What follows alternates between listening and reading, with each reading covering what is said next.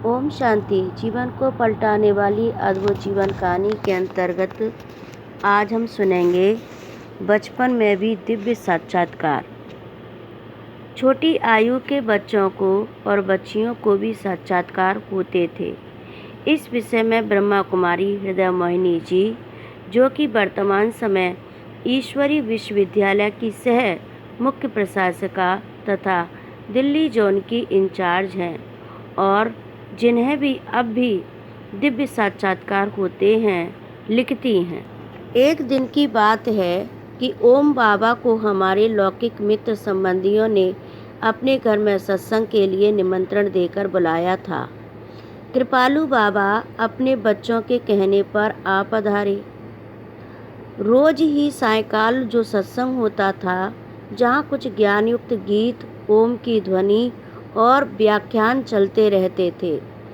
मेरी लौकिक माताजी ब्रह्मा कुमारी हृदय पुष्पा अर्थात ऑलराउंडर दिल्ली जोन की इंचार्ज थी, को ईश्वरी प्राप्ति की बहुत ही तीव्र इच्छा थी।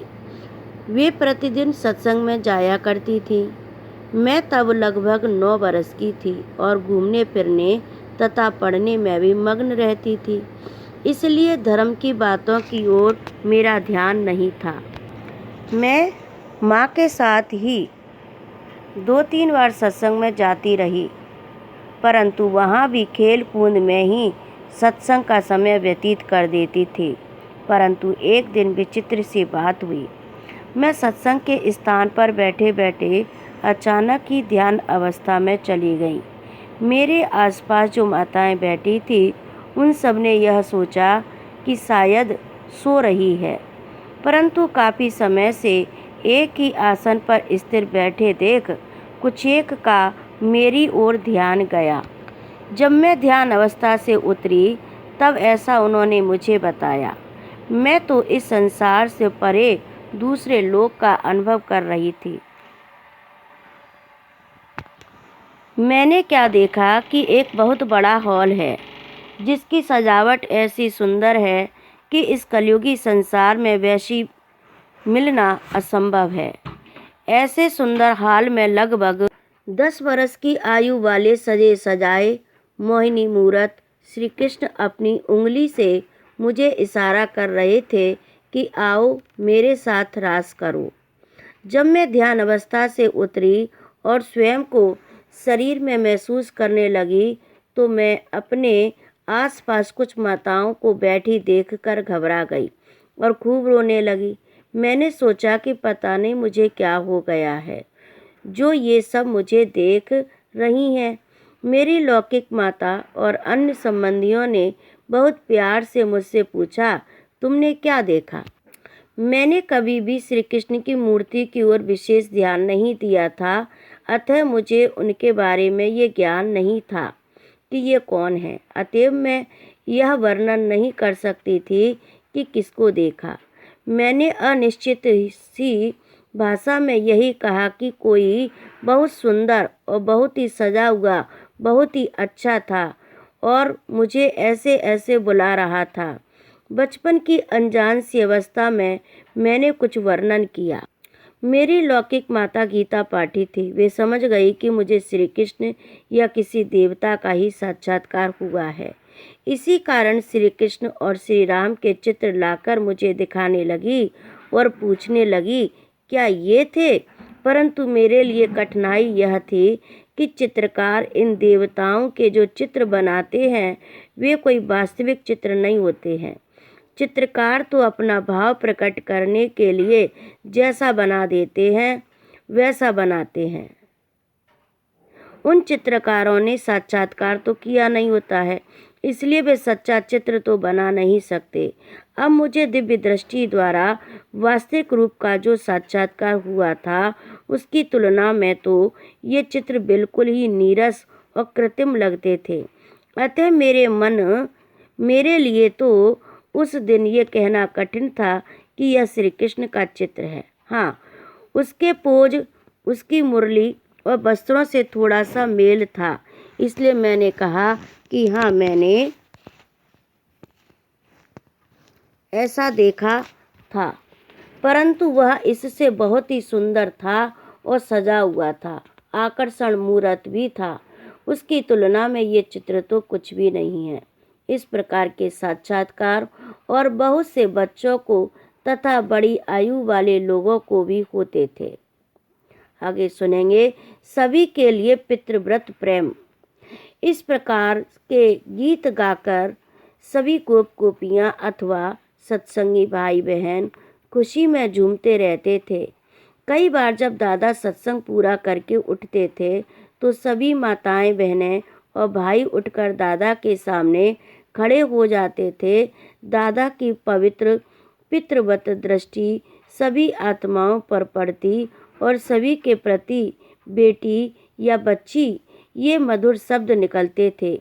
सभी उपस्थित जन अनुभव करते थे जैसे कि वे आत्मा के रूप में आत्मा के पिता, जगत पिता अथवा धर्म के पिता के सम्मुख खड़े हैं। सभी के मन में बच्चों की तरह स्नेह का उद्रेक होता और उनकी अंतः चेतना बोल उठती कि ये हमारे बाबा हैं। वे सभी उन्हें ओम बाबा कहकर पुकारते थे। कई बुजुर्ग और मुखी या चौधरी लोग जो कि बाबा को पहले से ही जानते थे, वे भी जब बाबा के सम्मुख आते तो ऐसा अनुभव करते जैसे कि बिछड़े हुए बच्चे बाप से मिल रहे हो।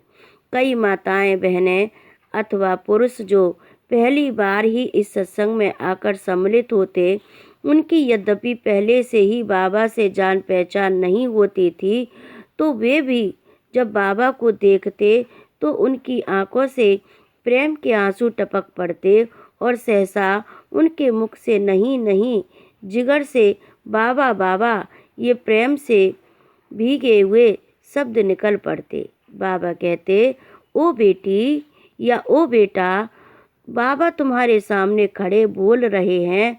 बच्ची क्या कहती हो? वह कहती, बाबा आप कहाँ थे? क्या आप हमको भूल गए थे? आप इतने वर्षों के बाद आकर हमें मिले हो। बाबा, ओ बाबा, हम कभी भी आपको नहीं भूलेंगे। बाबा, आप जल्दी से जल्दी हमें इस गंदी बिकारी दुनिया से कहीं बहुत दूर ले चलो। उन्हीं दिनों एक ग्रामोफोन रिकॉर्ड चला था जिसमें भरा हुआ कुछ इस प्रकार था, इस पाप की दुनिया से कहीं दूर ले चल, चित चैन जहाँ जाए ले चल वहीं ले चल। लोगों की आवाज़ों से, दुनिया की निगाहों से, आहा, और कहीं ले चल, अब जल्दी वहीं ले चल, अब जल्दी वहीं ले चल। इस पाप की दुनिया से अब दूर कहीं ले चल। जब ये गीत सत्संग में आने वाली माताओं कन्याओं ने सुना तो उन्हें ऐसे लगा कि उनके लिए ही परमपिता परमात्मा ने किसी द्वारा वह रिकॉर्ड बनवाया है। यह गीत गा गा कर वे बाबा से कहती, बाबा बस अब हमें अपने साथ शांति धाम ले चलो। बाबा बहुत प्यार से कहते, बेटी, ओ मीठी बेटी, देख तुम्हारे लिए बाबा क्या सौगात लाया है। ये मधुर बोल सुनते हुए गोप गोपियाँ स्वयं को अंतःवाहक शरीर में अनुभव करते तथा दिव्य चक्षु द्वारा वैकुंठ का साक्षात्कार करके अपूर्व हर्ष को प्राप्त होते थे। वे गदगद हृदय से हंसते थे और स्वयं को परम भाग्यशाली अनुभव करते थे और कहते थे, ओम बाबा, अब हमने सुखधाम की राह ली है। बाबा, अब हम शांति धाम में पहुंच गए हैं। बाबा, अब हम इस पतित एवं भिखारी दुनिया में इस मृत्यु लोक में नहीं जाएंगे। इस अवस्था में उन्होंने एक मधुर गीत बनाया जिसे वे मिलकर सभी में भी गाते थे। गीत को गाते और सुनते हुए उन्हें ऐसा लगता कि वे कुंजों की तरह इस संसार से उड़कर बहुत ऊपर जा रहे हैं, निज आत्माओं के धाम को। गीत के कुछ पद निम्नांकित हैं। उड़ी ओम में जाती है ये गाती ब्रह्मा ज्ञान, तन मन धन की सुध बिसाकर जाती है निज धाम। ज्यों थक कर चिड़िया संग संग उड़ती जाती है निज ठाव। त्यों सखियाँ थक कर जन्म मरण से होती है उपराम। मैं दुखियारी भटक रही थी, भूली थी निज धाम। ओम मंडली ने लक्ष्य बताकर मिलाया मुझे घनश्याम। अमृत प्याला भर भर पीती, निज करती ज्ञान स्नान।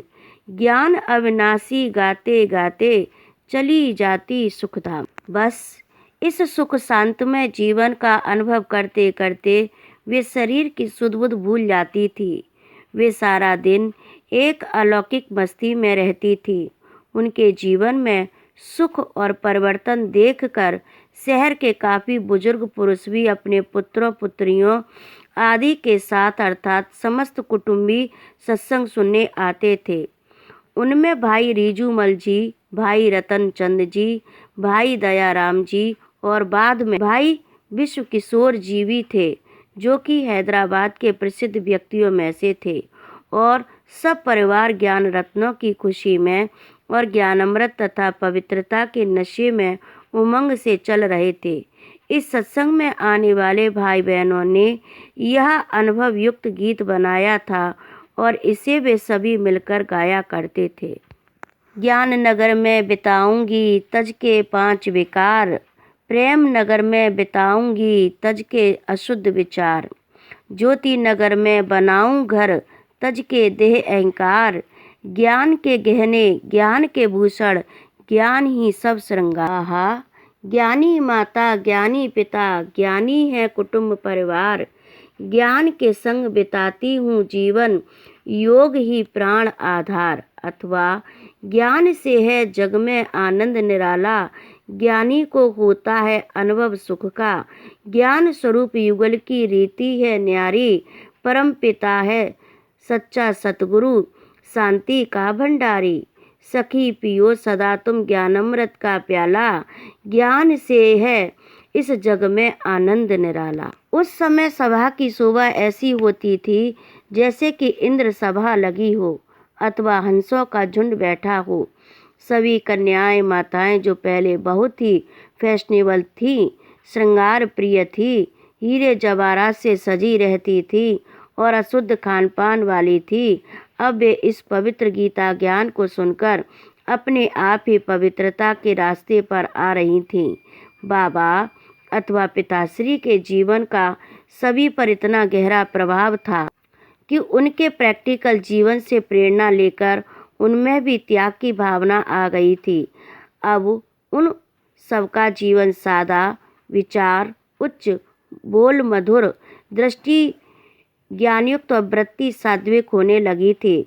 उन्होंने पवित्र जीवन का अच्छा रस लिया था, इसलिए अब उन्हें काम वासना वाला जीवन, दुर्गंधपूर्ण, विषैला अथवा पलीद जीवन लगता था। ज्ञानामृत के घूंट भर कर पीने से उन्हें एक नया जीवन मिला था, जिसका निराला ही सुख था। अतः उन्होंने मन ही मन प्रण किया था कि अब ब्रह्मचर्य व्रत में रहकर प्रभु को मन में बसाकर हम योगियों जैसा जीवन व्यतीत करेंगे। घर में रहेंगे परंतु कमल पुष्प के समान जीवन बनाएंगे। हम विकारों की कीचड़ से ऊपर उठकर रहेंगे। माताओं कन्याओं की सर्वोत्तम सेवा में सर्वस्व अर्पण।